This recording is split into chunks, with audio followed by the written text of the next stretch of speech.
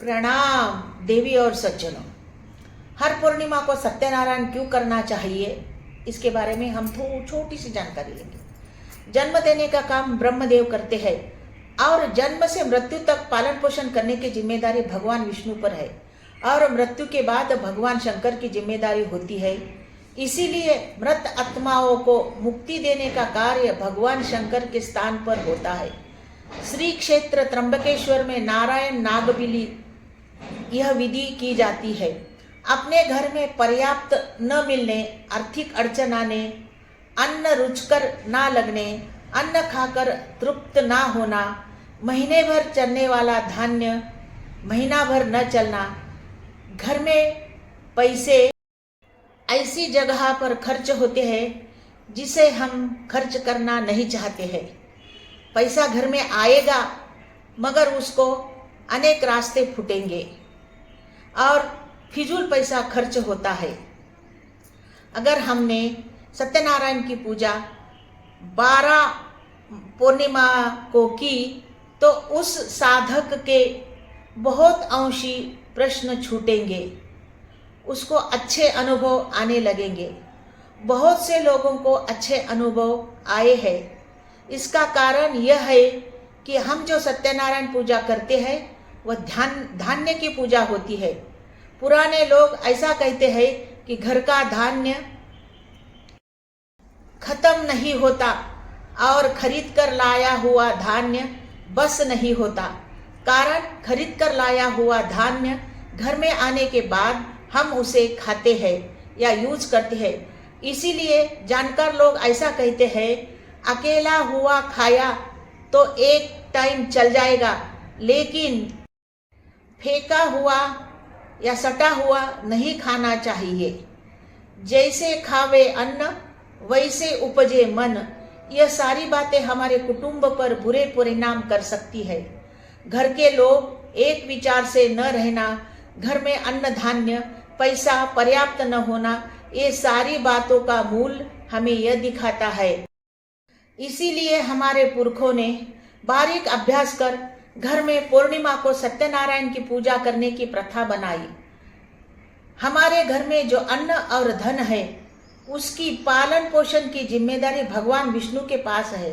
भगवान विष्णु के अधिष्ठान में घर के धान्य और पैसे की सत्यनारायण पूजा के माध्यम से अगर हम पूजा करें तो उस पैसे और धान्य के सारे दोष निकल जाएंगे और वह पैसा धन, कहते हैं ना, पैसे से पैसा बढ़ता है, वैसे ही पैसे में पैसा डालने से उसमें बरकत रहती है, वह पवित्रता आती है।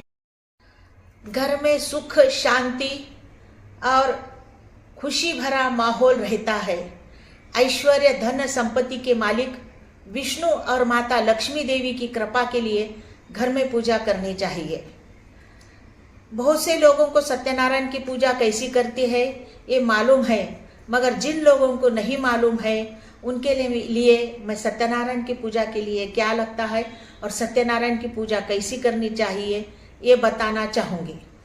सत्यनारायण की पूजा के लिए हमें एक पाटा चाहिए, दूसरा चौकी, चौरंग के आजू बाजू में चारों पहियों को आम की पेड़ की छोटी छोटी टहनियाँ काट कर उसे लपेटना चाहिए। उसके पीछे 2 गन्ने का मकर बनाना चाहिए। ऐसे 2 गन्ने मिलाना चाहिए, ऊपर रस्सी से बांधकर उसका मकर बनाना चाहिए। फिर एक लाल रंग का तांबे के परात में थोड़ा चावल के ऊपर बाल कृष्ण की छोटी मूर्ति और उसमें 3 सुपारी, जो खाने के पान रहते हैं, खाने के पान के ऊपर रखकर उसके 3 सुपारी रखना चाहिए। जो हम पान पर सुपारी रखते हैं उसमें जो पहली सुपारी रखते हैं वो भगवान गणपति की होती है, दूसरी कुल देवता की और तीसरी वरुण देवता की।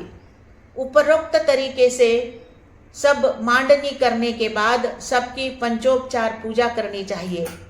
फिर रवे का शीरा बनाकर उसका प्रसाद नैवेद्य दिखाकर सत्यनारायण भगवान को पोथी पढ़नी चाहिए।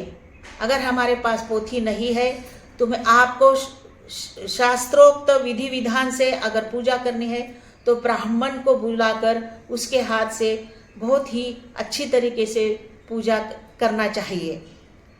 यह प्रसाद आरती करके प्रसाद सबको बांटना चाहिए। यह प्रसाद कुटुंब के व्यक्तियों के अलावा भी हमें पूजा के लिए आजू बाजू के लोगों को, हमारे रिश्तेदारों को बुलाना चाहिए, उनके सामने कथा पढ़नी चाहिए, आरती करके उनको प्रसाद देना चाहिए।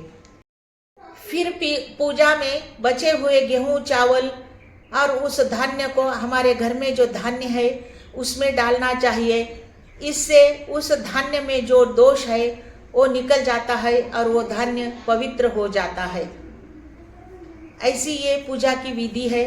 जरूर हर पूर्णिमा को सत्यनारायण अपनी मनोकामना पूर्ण करने के लिए करनी चाहिए। इसका बहुत से लोगों को अनुभव आया है, मैंने खुद भी इसका अनुभव लिया हुआ है, इसीलिए मैंने ये 12 महीने पूजा करने की विधि आपको बताई है। श्री स्वामी समर्थ, जय जय स्वामी समर्थ। कमेंट बॉक्स में जय सत्यनारायण भगवान लिखना। मेरे चैनल को सब्सक्राइब नहीं किया है तो सब्सक्राइब करो, लाइक करो, शेयर करो। धन्यवाद।